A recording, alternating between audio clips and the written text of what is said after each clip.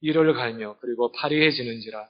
내가 선생님의 제자들에게 내 쫓아달라 하였으나 그들이 능히 하지 못하더이다. 대답하여 이르시되 믿음이 없는 세대여, 내가 얼마나 너희와 함께 있으며 얼마나 너희에게 참으리요. 그를 내게로 데려오라 하시매 이에 데리고 오니 귀신이 예수를 보고 곧 그 아이로 심히 경련을 일으키게 하는지라. 그가 땅에 엎드러져 구르며 거품을 흘리더라. 예수께서 그 아버지에게 물으시되 언제부터 이렇게 되었느냐 하시니 이르되 어릴 때부터니이다. 귀신이 그를 죽이려고 불과 물에 자주 던졌나이다. 그러나 무엇을 하실 수 있거든 우리를 불쌍히 여기사 도와주옵소서.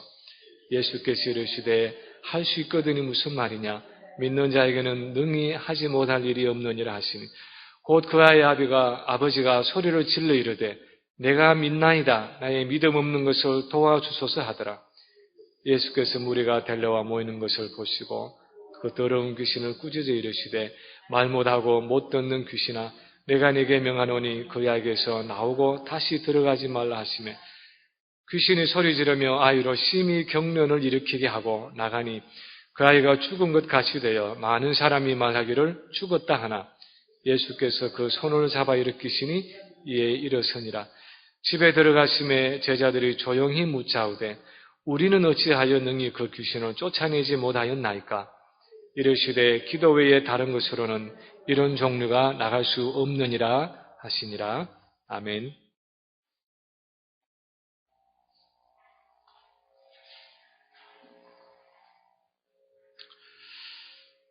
영국 캔터베리의 대주교였던 중세의 굉장히 위대한 한 신학자 중에 한 사람이었던 안셈이라는 사람이 쓴 책 중에 Cur Deus Homo, 왜 하나님이 사람이 되셨는가? Why God Became Man 하는 제목의 책이 있습니다. 그 책은 왜 하나님이 예수라는 사람의 몸을 입고 이 땅에 오셔야만 했는가 하는 그 신학적인 질문을 답하고 있는데 그 핵심은 죄에 빠진 우리 인간과 또 우리 인간을 구원하시고자 하는 그 하나님 사이에 중보자가 되시기 위해서 하나님이시면서 사람의 몸을 입고 오셔야 했다. 그렇게 답을 하고 있습니다. 그런데 그 예수님의 중보 사역 중에 중요한 한 가지는 하나님과 우리 사이에서 우리에게 어떻게 하나님을 섬겨야 하는가 하는 그 신앙의 모범, 신앙의 모델이 되기 위해서 오셨다 하는 사실입니다.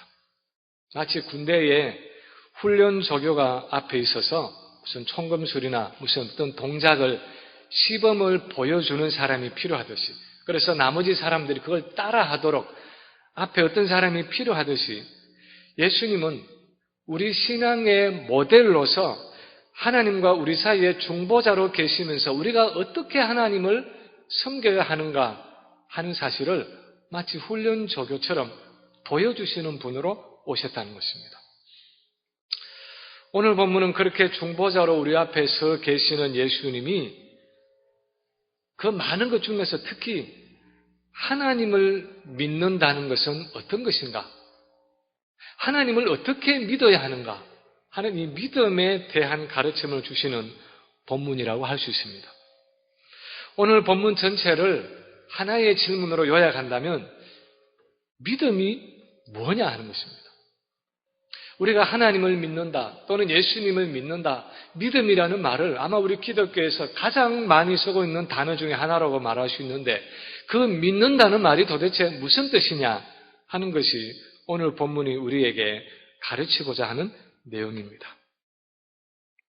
먼저 오늘 본문 14절에 보면은 그렇게 시작을 하고 있습니다. 이에 그들이 제자들에게 와서 보니 하는 말로 오늘 본문이 시작을 하고 있습니다.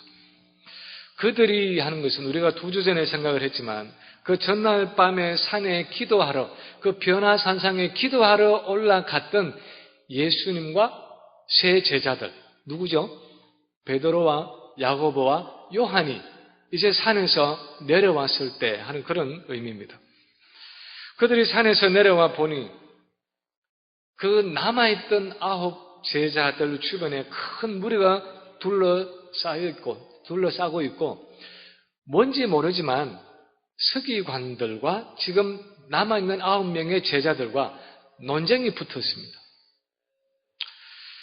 본문의 상황으로 추측을 해보면 아마도 평소에 예수님의 사역과 그 제자들에 대해서 상당히 불만을 가지고 그 유대 사회에서 신진 세력으로 급부상하고 있는 그 예수님과 제자들을 어떻게 하든지 꼬투리를 잡아서 트집을 잡아서 그렇게 넘어뜨리려고 하던 이 백성의 서기관들이 이제 귀신 들리고 또 간질병에 걸린 이 아이를 고치지 못하는 이 제자들을 향해서 아마도 야 도대체 뭐 하는 거냐?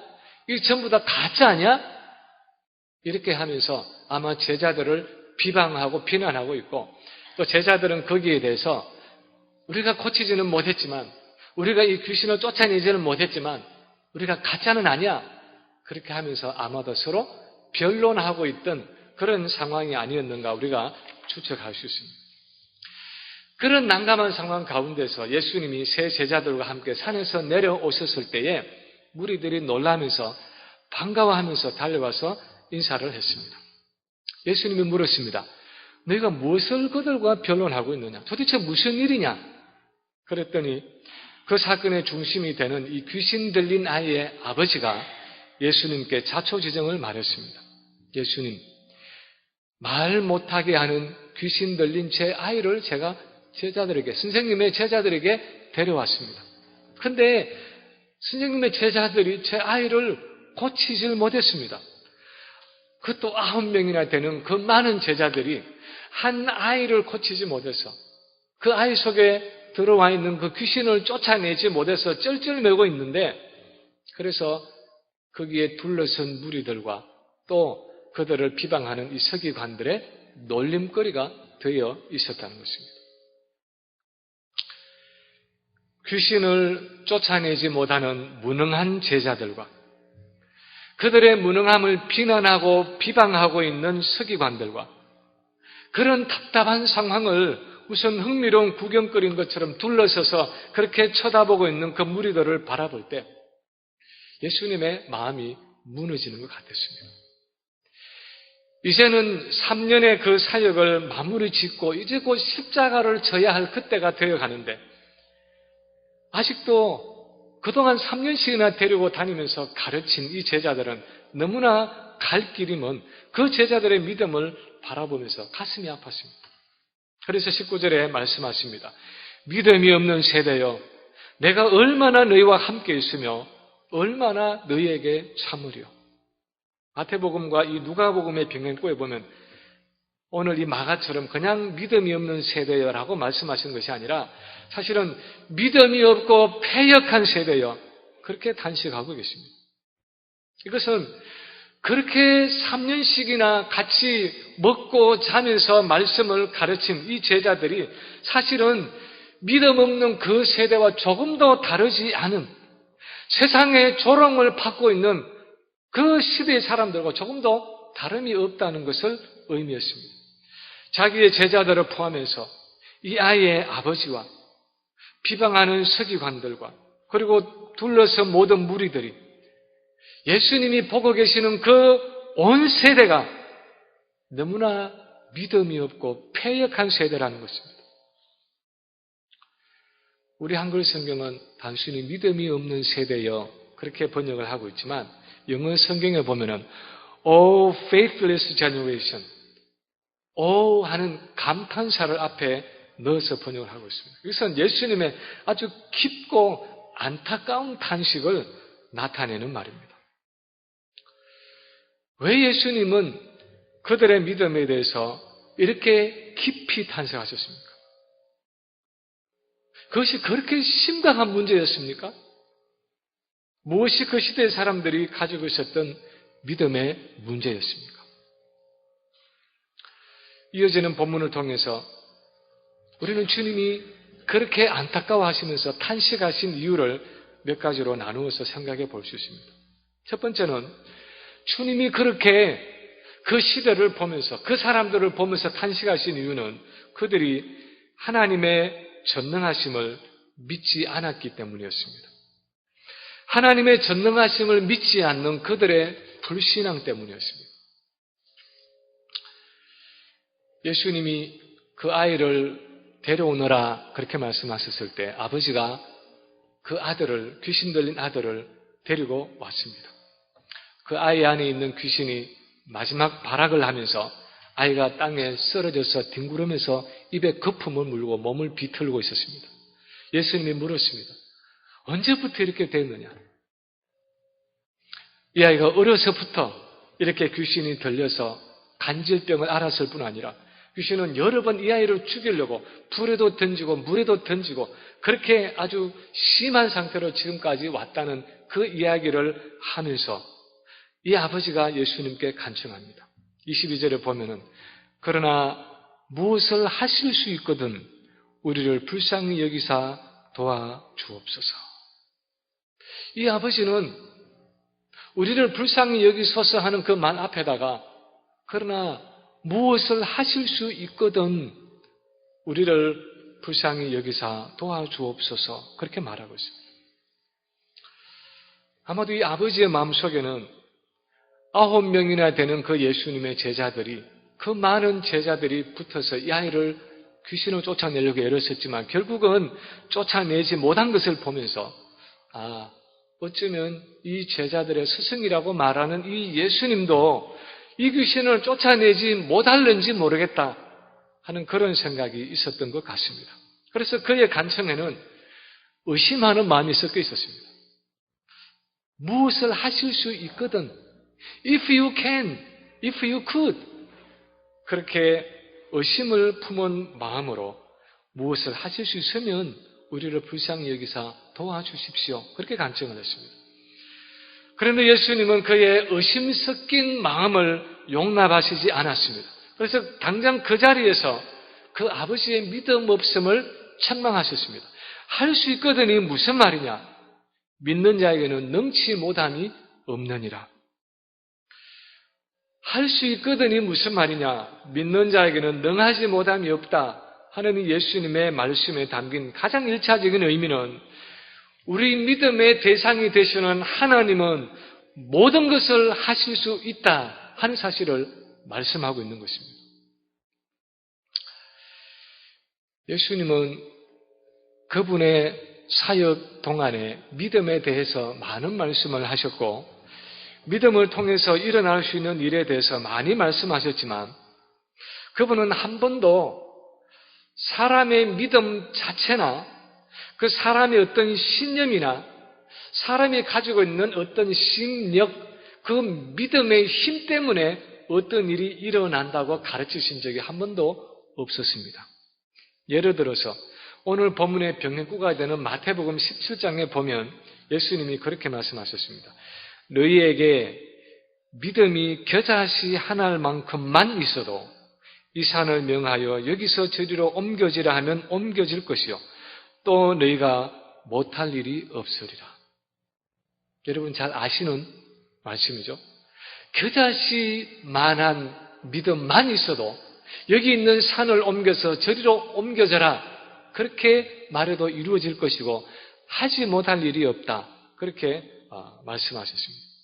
여기서 말씀하실 때도 그것은 믿음 자체가 어떤 효력이 있거나 그 믿음을 가진 사람이 어떤 정신력이 투철해서가 아니라 항상 그 믿음을 통해서 역사하시는 하나님 자신의 전능하심을 염두에 두고 하신 말씀이었습니다. 그래서 우리의 믿음이 아무리 작아도 심지어는 우리가 보는 씨앗 중에서 가장 작다고 말하는 겨자씨만큼 작은 믿음일지라도 이 산을 명해서 저리로 옮겨지라 하면 옮겨진다는 것입니다. 물론 그것은 문자적인 산 자체를 의미하기보다는 태산과 같이 큰 문제를 의미하는 이 유대 문학의 한 수사법이었습니다. 그러나 어쨌든 주님은 그렇게 작은 겨자씨만한 믿음일지라도 그렇게 큰 일이 일어날 수 있는 것은 본질적으로 그 믿음의 크기 때문이 아니라 그 믿음을 행사하는 어떤 사람의 위대함 때문이 아니라, 그 사람의 정신력 때문이 아니라, 정신 집중 때문이 아니라, 그 믿음의 대상이 되는 하나님의 전능하심 때문에 그 일이 가능하다는 것입니다. 성경 전체를 통해서 보면 하나님은 자신이 전능하신 하나님이시고 그분에게는 능치 못할 일이 없다는 사실을 인간들에게 믿도록 하려고 얼마나 많은 애를 써 오셨는지 모릅니다. 성경 전체를 보면 너무너무 하나님은 애타게 인간들에게 그 사실을 깨우치려고 거듭 강조하셨습니다. 지난주간 우리 큐티 본문이었던 창세기 17장 1절에 보면 아들이 없어서 99세가 된 그 할아버지 아브라함에게 하나님이 나타나서 말씀하십니다. 17장 1절에 보면 나는 전능한 하나님이라 너는 내 앞에서 행하여 완전하라. 무슨 뜻입니까? 75세에 아브라함을 불러서 아들을 주겠다고 약속하시고 99세가 되었습니다. 24년이 지나서 이제는 아브라함도 늙었고 사라의 경수가 끊어진 그 상황이 되어서 아브라함의 마음속에 아마도 아이고 이제는 다 걸렸다. 이제는 아무것도 이루어질 수가 없다. 그 주신 약속이 다 이제는 도라미 타부르야 별 볼 일 없게 됐구나. 아마 그런 마음이 있었을 것입니다. 그런데 하나님은 그 99세가 된 아브라함에게 나타나서 하시는 말씀이 아브라함아, 나는 전능한 하나님이다. 나는 전능한 하나님이다. 그러니까 아무 염려하지 말고 걱정하지 말고 너는 내 앞에서 네 할 일이나 똑바로 해라. 내 앞에서 행하여 완전하라. 그렇게 말씀하고 계시는 것입니다. 창세기 18장에 보면은 내년 이맘때 아들을 낳을 것이라는 그 천사의 말에 사라가 웃었습니다. 피식 웃으면서 어떻게 그런 일이 나한테 일어나려고 그렇게 웃었을 때 14절에 보면 하나님은 그렇게 말씀하십니다. 여호와께 능치 못한 일이 있겠느냐? 기한이 이를 때에 내가 내게로 돌아오리니 사라에게 아들이 있으리라. 여호와께 능치 못한 일이 있겠느냐? 이것은 하나님이 아브라함과 사라에게 하셨던 말씀뿐 아니라 성경 전체를 통해서 하나님의 백성들에게 지속적으로 하셨던 말씀이었습니다. 그리고 그것은 오늘도 우리에게 말씀하시는 그 하나님의 음성입니다. 여호와께 능치 못한 일이 있겠느냐? 성경 전체를 통해서 하나님은 자신이 전능하신 하나님이라는 사실을 거듭 강조하시면서 우리 언약 백성들이 그것을 실제 삶 속에서 인정해야 할 것을 명령하고 계십니다. 그래서 오늘 이 주님의 안타까운 탄식을 통해서 우리가 다시 한번 곰곰이 생각해 보아야 하는 것은 나는 정말 전능하신 하나님을 믿고 있는가? 나는 정말 하나님이 전능하신 분이고 하나님께는 능치 못할 일이 없다는 그 사실을 정말 믿고 있는 것인가? 한번 우리 자신을 돌아볼 필요가 있다는 것입니다. 오늘 아침에 예배를 시작하면서도 우리가 전능하사 천지를 만드신 하나님 아버지를 내가 믿사오며 하면서 신앙 고백을 했지만 정말 내가 하나님이 전능하시던 사실을 붙들고 그렇게 진심으로 그 신앙을 고백한 것인지 아니면 주일마다 늘 외우는 하나의 교리로 그렇게 내 입으로 외운 것인지 한번 우리 자신을 돌아볼 필요가 있다는 것입니다. 나는 정말 내 모든 문제 속에 하나님께서 들어오셔서 그 문제를 해결할 수 있는 분이라고 생각하고 있습니까? 나는 하나님이 나의 부부 문제를 해결해 주실 수 있다고 정말 믿고 있습니까? 내가 가지고 있는 그 자녀의 문제를 하나님이 능히 해결하실 수 있다고 내가 정말 믿고 있습니까? 내가 당면에 있는 경제적인 문제를, 내 사업의 문제를 하나님이 정말 하실 수 있다고 내가 믿고 있는 것입니까? 내가 가지고 있는 그 질병의 문제, 건강의 문제를 하나님께서 능히 감당해 주실 수 있다고 내가 믿고 있습니까? 내가 전도하려고 하는 그 단단한 심령, 닫혀있는 그 심령도 하나님께서 열어서 그에게 구원을 주실 수 있다고 내가 정말 믿고 있습니까? 그것이 어떤 문제이든 간에 하나님은 실제로 그것을 해결해 주실 수 있는 분이라는 그 믿음을 내가 입으로만 아니라 그냥 교리로만 아니라 내 생활에 부딪힐 때에 실제로 그 믿음을 가지고 행사하고 있느냐 하는 것입니다. 우리에게 산을 옮길 만한 믿음이 있다는 것은 먼저 하나님은 내 인생의 산을 실제로 옮길 수 있는 분야라는 사실을 진정으로 인정하는 데부터 시작한다는 것입니다.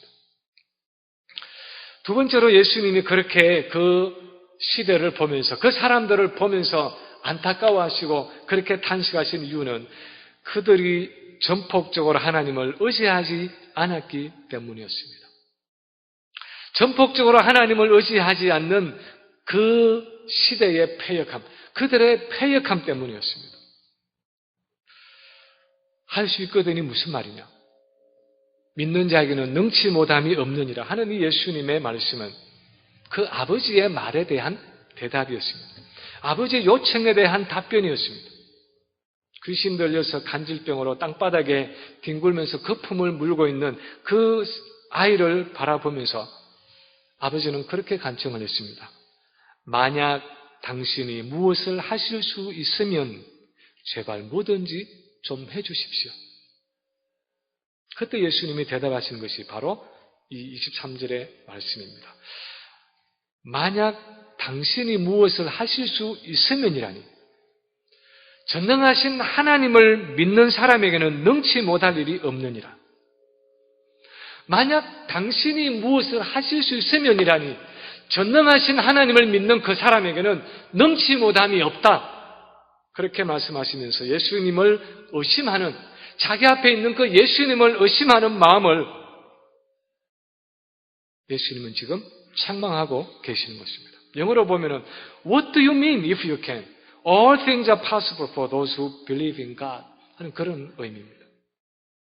다시 말해서 하나님의 그 전능하심을 믿는 자, 전능하신 그 하나님을 신뢰하는 자, 그를 전심으로 의지하는 자에게는 실제로 그 전능하신 하나님의 능력이 나타나지기 때문에 그에게는 능치 못함이 없다는 것입니다.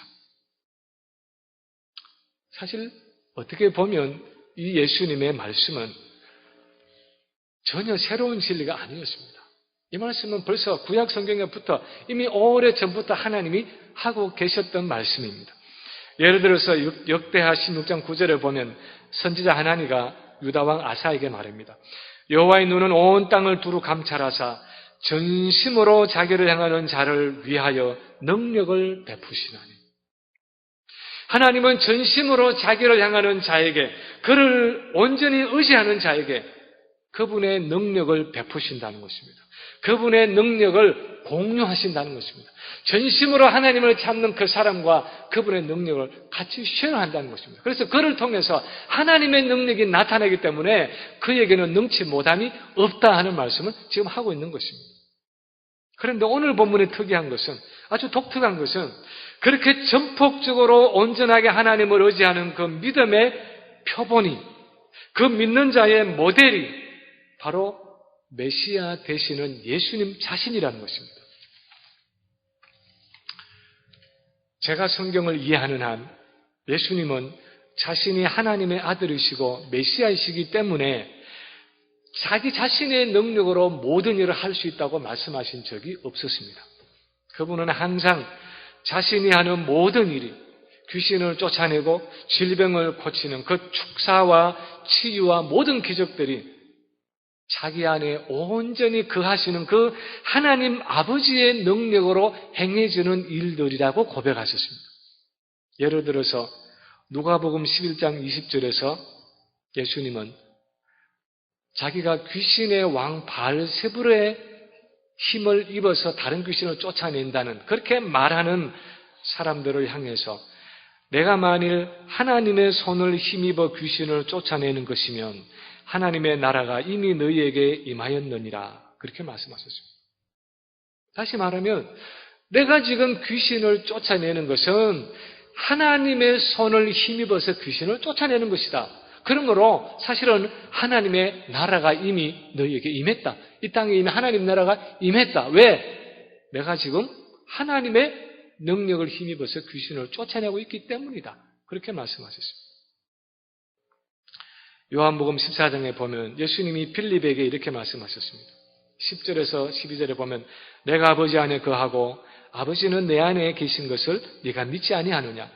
내가 너희에게 이르는 말은 스스로 하는 것이 아니라 아버지께서 내 안에 계셔서 그의 일을 하시는 것이라.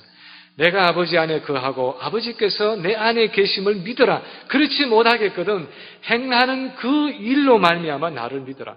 내가 진실로 진실로 너희에게 이르노니 나를 믿는 자는 내가 하는 일을 그도 할 것이요 또한 나보다 큰 일도 하리니 이는 내가 아버지께로 감이라.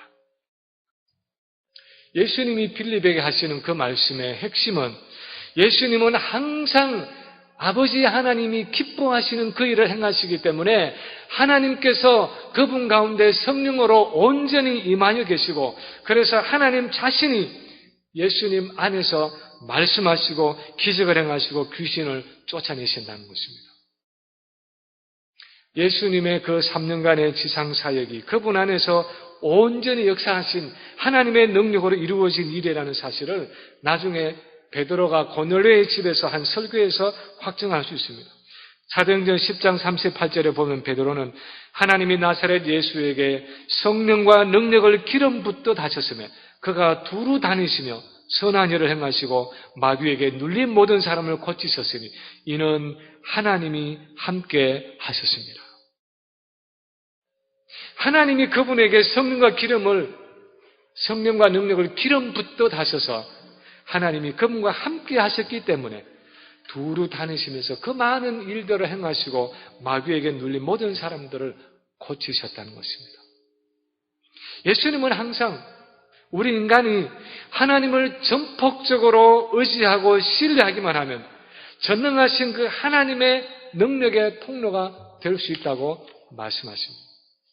그분 자신이 그렇게 하나님께 쓰임을 받았던 것처럼 그분 안에 있는 그분을 쫓는 우리도 그렇게 전심으로 하나님을 의지하기만 하면 예수님이 하셨던 것과 같은 그런 일들을 할 수 있는 하나님의 능력의 도구가 될 수 있다고 말씀하셨습니다. 그런데 문제는 하나님의 백성이라고 말하는 그 시대의 이스라엘 백성들 가운데서도 그렇게 하나님을 온전히 의지하는 사람이 많지 않았다는 것입니다. 오히려 이방인의 어떤 로마의 백부장이나 수로보닉의 그 가나안 여인에게 있는 그 믿음이 하나님의 백성인 이스라엘 이 제자들이나 서기관들이나 둘러선 무리들에게는 찾아보기가 힘들었다는 것입니다. 그래서 하나님의 능력이 나타나지 않았다는 것입니다. 그래서 예수님이 그 시대를 보시면서 그렇게 탄식하지 않을 수가 없었다는 것입니다. 우리는 어떻습니까? 우리는 하나님의 전능하심을 믿을 뿐 아니라 그 전능하신 하나님을 우리의 삶 가운데 온전히 의지하고 신뢰할 때 그 하나님의 능력이 우리를 통해서 나타날 수 있다고 믿고 있습니까? 얼마 전에 이어령 교수님의 그 따님 고 이민아 목사님의 간증을 제가 하나 말씀드린 적이 있었는데 그 중에 또 한 간증을 제가 인상 깊은 것이 있어서 오늘 말씀을 드리고 싶습니다. 그분이 목사 안수를 받고 원래는 검사였는가 그런데 LA 카운티에서 검사로 그렇게 일을 했었는데 목사 안수를 받고 나서 청소년 사역을 했습니다. 특히 이 비행 청소년들 범죄하고 깽단이 있고 마약하고 이런 청소년들을 선도해서 사역을 하는 그런 목회 사역을 이분이 하셨는데 한 번은 그 문제아 청소년들을 사역하면서 아이들을 데리고 쇼핑몰에 전도를 나갔습니다. 그런데 이분의 말대로입니다. 교회 생활을 잘 모르는 이 무지한 아이들이 이 목사님이 가르친 마가복음 16장 17절 18절을 그냥 말 그대로 믿어버리게 되었습니다. 그분의 표현입니다. 그 아이들이 무지막지한 아이들이 말 그대로 믿어버렸습니다. 무슨 말이냐면 마가복음 16장 17절에 보면 이렇게 예수님이 말씀하셨습니다. 믿는 자들에게는 이런 표적이 따르니 곧 그들이 내 이름으로 귀신을 쫓아내며 새 방언을 말하며 뱀을 집어올리며 무슨 독을 마실지라도 해를 받지 아니하며 병든 사람에게 손을 얹은 적 나으리라 하는 예수님의 말씀을 그대로 믿어버린 것입니다. 근데 그날 전도를 나갔는데 쇼핑몰에 아이들을 다 데리고 나갔는데 그 쇼핑몰의 벤치에 어떤 사람이 이제 앉아있는데 그 사람이 다리를 쩔뚝거리는 어떤 연유인지 모르지만 다리를 저는 사람이 다리 아픈 사람이 그 벤치에 이제 걷다가 앉아서 쉬고 있는 것입니다. 근데 전도를 하다가 아이들이 그렇게 말했습니다. 다리를 저는 그 사람을 가리키면서 목사님 병든 사람에게 손을 얹으면 나으리라고 예수님이 말씀하셨는데 지금 저 다리 병든 사람에게 다리 아픈 사람에게 가서 우리 손을 얹어서 기도하죠. 그렇게 얘기를 하는데 이 목사님이 갑자기 난감한 생각이 들었습니다. 그래서 얘들아 그거는 아무 때나 항상 일어나는 일이 아니야. 그거는 특별할 때 일어나는 거지 항상 아무 때나 막 써먹는 그런 게 아니야. 그러니까 지금은 아니야. 그랬는데 이 아이들이 아니 목사님 예수님이 그렇게 말씀하셨는데 무슨 말씀하세요? 그러면서 목사님이 말리는데도 우르르 그 사람에게 몰려가는 것입니다. 목사님이 아이고 이 철없는 아이들 큰일 났구나 싶어서 어떻게 말릴 수도 없고 어떻게 할 수도 없어서 그냥 다급한 마음에 상황을 피하려고 자기는 화장실에 그냥 들어가서 아이고 하나님 어떻게 하면 좋습니까? 이 창피를 뭐 그런 마음이 있었겠죠. 그 얘기까지 사실 안 했는데 하여튼 화장실에 가서 잠시 있다가 나왔더니 난리가 났습니다. 그런데 어떤 난리가 났느냐? 놀라운 것은 그 아이들이 가서 그분에게 손을 얹고 기도를 했는데 실제로 그 사람의 다리가 나은 것이에요. 나은 것입니다. 그래서 정말 이 거짓말 같은 기적을 보고 그분 자신도 너무너무 깜짝 놀랐다 하는 간증을 사실은 그 집회 중에서 하는 것을 제가 들었습니다. 이렇게 철없는 초신자 청소년 아이들도 예수님의 말씀을 그대로 믿고 있는 그대로 받아들이고 그렇게 전능하신 하나님을 온전히 의지할 때 병든 자가 일어나는 그 역사를 경험하는 것처럼 오늘날도 하나님은 전능하시다 하는 그 사실을 진심으로 믿고 그렇게 하나님을 의지할 때 그분을 전폭적으로 신뢰할 때 우리의 믿음이 겨자씨처럼 작은 믿음일지라도 우리의 믿음을 통해서 하나님은 오늘도 역사하신다는 것입니다. 그것이 주님이 오늘 본문을 통해서 하고 싶었던 말씀인 것입니다. 그 시대를 향해서 그 시대의 사람들을 향해서 하고 싶었던 말씀이었고 오늘 우리를 향해서 하고 싶은 말씀인 것입니다. 세 번째로 주님이 그렇게 그 시대를 보면서 탄식하신 이유는 그들이 하나님을 의지함으로 기도하지 않았기 때문이었습니다.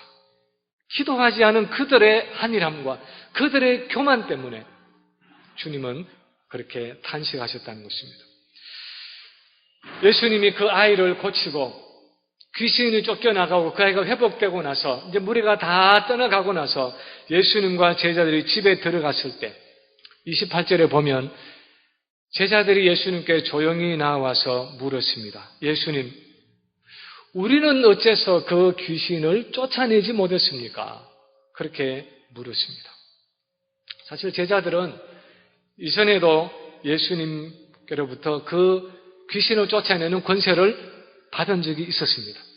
그리고 실제로 귀신을 쫓아낸 경험도 있었습니다. 그런데 어째서 이번에는 그 귀신을 쫓아내지 못했는가를 예수님께 묻고 있습니다. 그때 29절에 보면 예수님이 답하십니다. 기도 외에 다른 것으로는 이런 종류가 나갈 수 없느니라. 어쩌면 제자들은 예수님이 이미 그들에게 귀신을 제어하는 권세를 주셨고 실제로 그들이 그렇게 귀신을 쫓아내는 경험들도 있었기 때문에 그 능력의 근원이 내 자신 안에 있다고 생각했는지 모릅니다. 그 능력의 근원이 하나님께 있는 것이 아니라 마치 자신들의 내부에 있는 것처럼 자만하고 있었기 때문에 기도하지 않고도 그 하나님의 능력을 행할 수 있다고 생각했는지 모르겠습니다. 어떤 이유였는지 정확히는 모르지만 예수님의 말씀을 통해서 우리가 분명하게 아는 것은 그들에게는 기도가 부족했다는 것입니다. 정말 하나님의 전능하심을 인정하고 또한 그 능력의 근원 되시는 하나님을 의지하고 있다면 당연히 그 능력을 공급받기 위해서 기도했어야 하는데 그들은 기도하지 못했다는 것입니다.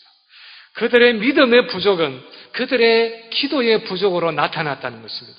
그들에게 기도가 없었다는 것은 실제로는 그들이 하나님의 전능하심을 믿고 있지 않았고 실제로 그 전능하신 하나님을 의지하지 않았다는 것을 의미했습니다. 제자들을 향한 예수님의 말씀의 요지는 하나님의 전능하심을 믿고 그 하나님을 의지하는 믿음은 실제 삶 속에서 전폭적이고 결사적으로 기도하는 그 기도로 표현된다는 것입니다. 정말 우리에게 하나님이 전능하시다는 믿음이 있고 그 하나님을 의지하는, 신뢰하는 믿음이 있다면 그 사람은 하나님 앞에 나아가서 기도하지 않을 수 없다는 것입니다. 그 믿음은 기도를 통해서 자연스럽게 나타나지게 되어 있다는 것입니다. 그러므로 내 생활 속에 기도가 없다는 것은 또 다른 말로 표현하면 내가 하나님의 전능하심을 실제로는 말로나 머리로는 믿고 있을지 몰라도 실제로는 믿지 않고 있고 그 전능하신 하나님을 진정으로 의지하지 않고 있다는 그런 의미라는 것입니다. 그래서 주님은 이 세대를 믿음이 없을 뿐 아니라 하나님을 의지하지 않는 패역한 세대라고 그렇게 책망하고 계시는 것입니다. 사실은 오늘 이 설교를 준비하면서 제 마음이 참 무거웠습니다. 왜냐하면 제게는 참 기도해야 할 제목들이 많고 또 기도해 오던 그런 제목들도 많았는데 어쩌면 기도해야 할 제목들을 기도하지 못하고 있는 것들도 많고 또 기도하고 있던 것들을 손에서 놓고 있는 것도 많았기 때문에 설교를 준비하면서 제 마음속에 정말 내가 하나님의 전능하심을 믿고 있는가? 정말 내가 하나님을 전폭적으로 의지하고 있는가? 정말 내가 기도하고 있는가? 하는 생각을 하면서 제 마음이 참 무겁고 또 참담했던 그런 것이 사실입니다. 그러던 중에 어떤 분이 이메일로 보내주신 기도 안 하는 사람 4가지 유형이라는 글을 읽게 됐는데 그 내용이 참 공감이 가는 글이었습니다.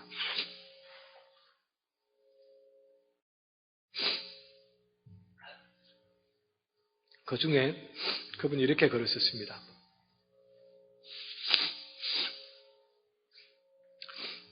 교회마다 기도의 불이 꺼져가고 있습니다. 성도들마다 기도의 부담감은 있으면서도 실제로 기도의 부재를 경험합니다. 웬일인지 예전처럼 기도가 안 된다고 합니다. 기도의 집중이 힘들다고 합니다. 기도의 시간이 줄어들고 있다고 푸념들 합니다. 기도는 하지만 근성과 타성에 빠질 때가 많다고 합니다. 애절함이나 간절함이 식어지고 있습니다. 근성으로 기도합니다. 오래 기도하지 못합니다. 자주 기도하지 못합니다.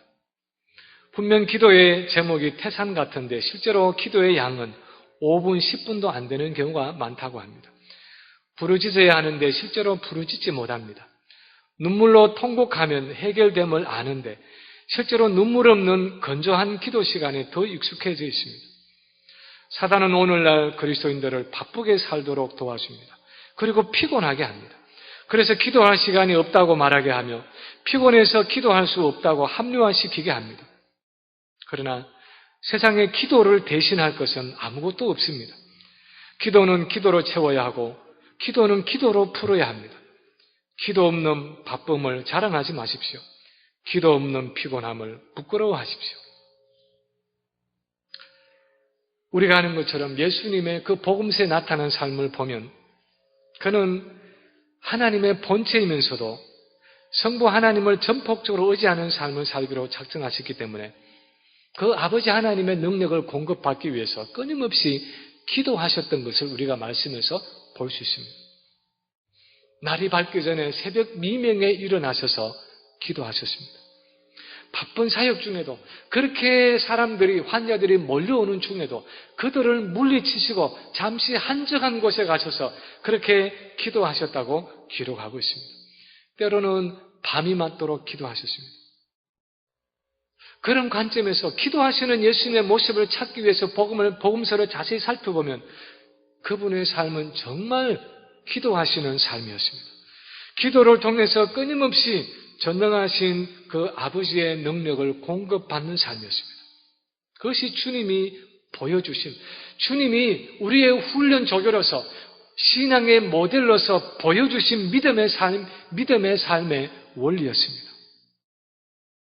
하나님의 아들이신 예수님께서 그렇게 기도가 필요하셨다면 하물며 우리 같은 죄인들에게야 정상적으로 신앙생활하기 위해서 얼마나 기도가 필요하겠습니까? 얼마나 깊고 끊임없는 기도가 우리에게 필요하겠습니까? 오늘 주님의 말씀은 우리에게 겨자씨와 같은 작은 믿음만 있어도 하나님이 전능하시다는 사실을 인정하고 그분을 전폭적으로 의지하며 나와서 기도할 때 하나님이 우리의 기도를 통해서 역사하시고 우리의 삶과 인격을 통해서 하나님의 은혜와 능력이 나타나신다는 것입니다. 이제 말씀을 마칩니다. 예수님이 아이의 아버지에게 할 수 있거든요. 무슨 말이냐? 믿는 자에게 능치 못함이 없느니라. 그렇게 말씀하셨을 때 그 아이의 아버지가 소리를 지르면서 예수님께 고백했습니다.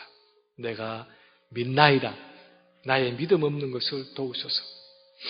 그는 자기의 믿음의 부족함을 느끼면서도 의지적으로 전능하신 하나님을 붙잡는 그 결단을 했습니다. 하나님은 전능하신 분이라는 사실을 다시 한번 상기시키면서 그것을 자기 입으로 고백하면서 그분을 전폭적으로 의지했습니다. 동시에 그는 자기 믿음의 연약함을 인정하면서 믿음 없는 것을 도와달라고 그렇게 예수님께 간청하고 있습니다. 그는 참된 믿음이 어디에서 오는가를 알고 있었습니다. 우리의 믿음은 우리 자신에게서 나오는 것이 아니라 하나님께로부터 위로부터 온다는 사실을 알고 있었습니다. 그래서 예수님께 자기의 믿음을 더해달라고 그렇게 간구했습니다. 오늘날 믿음이 없고 폐해간 시대를 살아가는 우리가 할 수 있는 것도 마찬가지입니다. 내가 믿습니다. 나의 믿음 없는 것을 도우소서 하고 우리의 연약한 믿음을 주님 앞에 내어놓고 고백하면서 우리에게 믿음을 더해 주시기를 간구하는, 그래서 우리에게 성령으로 충만하게 하시고 그 성령을 통해서 우리에게 믿음이 충만케 되도록, 충만케 하시도록 그렇게 간구할 필요가 있는 것입니다. 그리고 우리 삶의 크고 작은 모든 일들을 하나님 앞에 가지고 나아가서 기도하면서 주님이 하셨던 것처럼 하나님의 전능하심을 의지하고 그분에게 전폭적으로 순복해야 하는 것입니다. 그런 믿음이 있을 때 오늘도 살아계셔서 우리 가운데 역사하시는 그 하나님의 전능하심을 경험할 수 있을 것입니다. 그런 믿음의 삶을 살아가는 저와 여러분이 되시기를 주님의 이름으로 간절히 축원합니다.